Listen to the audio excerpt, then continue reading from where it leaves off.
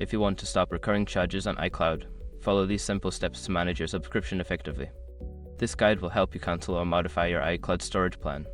Step 1. Access Settings. Open the Settings app on your iPhone or iPad.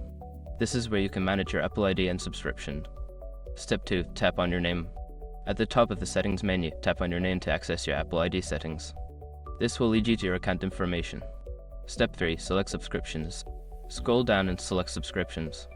Here, you will see a list of all your active subscriptions, including your iCloud storage plan. Step 4. Choose iCloud storage plan. Find and tap on your iCloud storage plan from the list. This will open the details of your current subscription. Step 5. Cancel subscription. Before filing a refund or dispute, use the sroc.com link in the description to open the refund dispute deadline calculator and confirm your deadline.